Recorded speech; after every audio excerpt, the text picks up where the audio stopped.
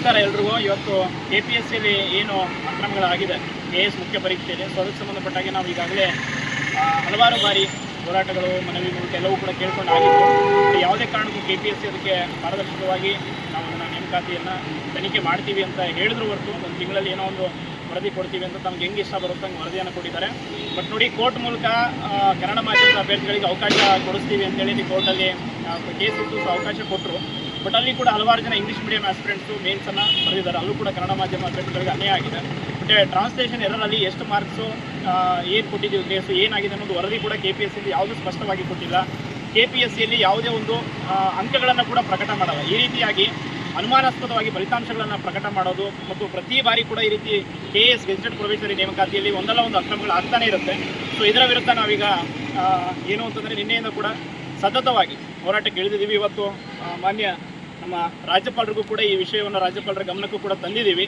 ಏನು ಅಂತಂದರೆ KPSCಯಲ್ಲಿ ಏನೇನು ಆಗಿದೆ ಈ ಬಾರಿಯ ನೇಮಕಾತಿಯಲ್ಲಿ, ಸೊ ಅದರ ಒಂದು ತನಿಖೆ ಆಗಬೇಕು ಪಾರದರ್ಶಕವಾಗಿ. ಹಾಗೆ ಎಲ್ಲದಕ್ಕಿಂತ ಪ್ರಮುಖವಾಗಿ ಇಲ್ಲಿ ಏನು ಹಸ್ತಕ್ಷೇಪ ಇದೆ ಅಂತ ನಾವು ಕೆಲವೊಂದಿಷ್ಟು ಅನುಮಾನಗಳನ್ನು ವ್ಯಕ್ತಪಡಿಸಿದ್ದು, ಅದಕ್ಕೆಲ್ಲ ನಮಗೆ ಸರಿಯಾದ ಉತ್ತರ ಬೇಕು. ಆ್ಯಂಡ್ ಕನ್ನಡ ಮಾಧ್ಯಮದ ಅಭ್ಯರ್ಥಿಗಳಿಗೆ ಟ್ರಾನ್ಸ್ಲೇಷನ್ ಎರರ್ ಮೂಲಕ ಏನು ತಪ್ಪು ಅಲ್ಲಿ ಆಗಿತ್ತು, ಅವರಿಗೆ ಪ್ರಶ್ನೆ ಪತ್ರಿಕೆ ದೋಷ, ಅದರಿಂದ ಅವರಿಗೆ ನಾವು ನ್ಯಾಯ ಕೊಡಿಸ್ತೀವಿ ಅಂತ ಹೇಳಿ ಕೋರ್ಟಲ್ಲಿ ಹೋದಾಗ ಕೋರ್ಟ್ ಮೂಲಕ ಅವಕಾಶ ಪಡ್ಕೊಂಡ್ರು. ಅಲ್ಲಿ ಇಂಗ್ಲೀಷ್ ಮೀಡಿಯಂ ಅವರು ಕೂಡ ತುಂಬ ಜನ ಆಯ್ಕೆ ಆಗಿದ್ದಾರೆ.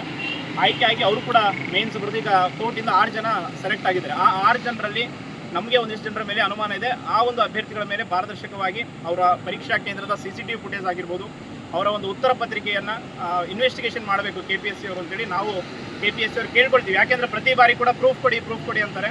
ಪ್ರೂಫ್ ಕೊಡೋದೇನಿಲ್ಲ, ನಿಮ್ಮಲ್ಲೇ ಇದೆ, ನೀವು ಅದನ್ನು ಸರಿಯಾಗಿ ಇನ್ವೆಸ್ಟಿಗೇಷನ್ ಮಾಡಿ. ಸೊ ನಾವು ಕೂಡ ಸರಿಯಾದ ರೀತಿ ನಿಮಗೆ ಏನು ಮಾಡ್ತೀರಾ ತನಿಖೆಗೆ ಸ್ಪಂದಿಸ್ತೀವಿ. ನಿಮ್ಗೆ ಏನು ಬೇಕೋ ದಾಖಲೆಗಳನ್ನು ಕೊಡೋದಕ್ಕೂ ಕೂಡ ಸಿದ್ಧವಾಗಿದ್ವಿ. ಸೊ ಇವತ್ತು ರಾಜ್ಯಪಾಲರಿಗೂ ಕೂಡ ದೂರು ಕೊಟ್ಟಿದ್ದೀವಿ. ಹಾಗೆ ನೆಕ್ಸ್ಟು ಮುಂದಿನ ಹಂತ ಏನು ಅಂತಂದರೆ, ಸರಿಯಾದ ತನಿಖೆ ಮಾಡದೆ ಏನಾದರೂ ಇಂಟರ್ವ್ಯೂ ನಡೆಸಿದ್ದೇ ಆದರೆ, ಸಂದರ್ಶನ ಮಾಡಿದ್ದೇ ಆದರೆ ನಾವು ನ್ಯಾಯಾಲಯದ ಮೊರೆ ಕೂಡ ಹೋಗ್ತೀವಿ. ಈಗೇನು ನೀವು ನಿಯಮ ಉಲ್ಲಂಘನೆ ಮಾಡಿ ವ್ಯಾಲ್ಯೂಯೇಷನ್ ಮಾಡಿದ್ದೀರಾ ಆ್ಯಂಡ್ ಸೆಲೆಕ್ಷನ್ ಮಾಡಿದ್ದೀರಾ, ಆ ಪ್ರೊಸೆಸ್ ವಿರುದ್ಧ ನಾವು ನ್ಯಾಯಾಲಯದ ಮೆಟ್ಟಲನ್ನು ಕೂಡ ಹತ್ತೀವಿ ಅಂತ ಹೇಳ್ತಾ ಧನ್ಯವಾದ.